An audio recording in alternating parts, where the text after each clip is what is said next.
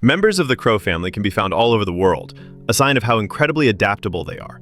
In the past, many cultures respected crows and ravens for their intelligence, but as civilization advanced, their image began to change.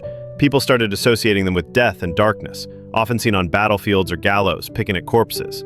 Alfred Tennerig ravens tend to have traits that people find unpleasant. They're large, black, loud, flock together, and feed on dead animals.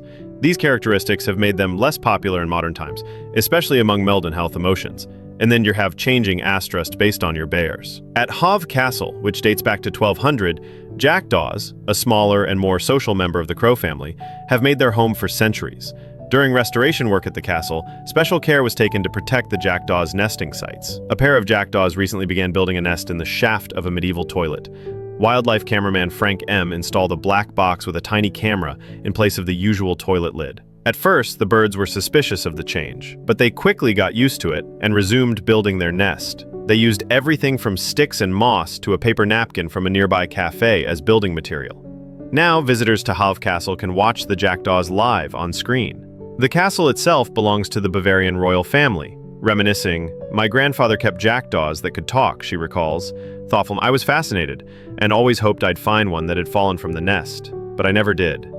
Now conducting research at Oxford University, Asta continues studying jackdaws and knows each of her birds by sight, and they know her too. In her research, she found that jackdaws pay close attention to where other birds, or even people, are looking. Eye contact is very important to them.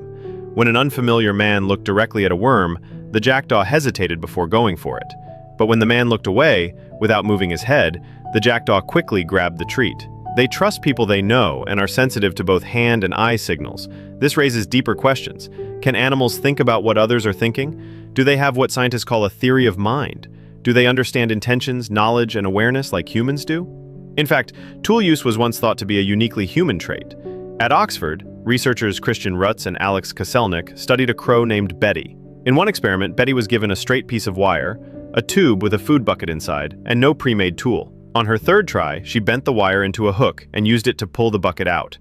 A clear sign of problem solving and innovation. Even more impressive,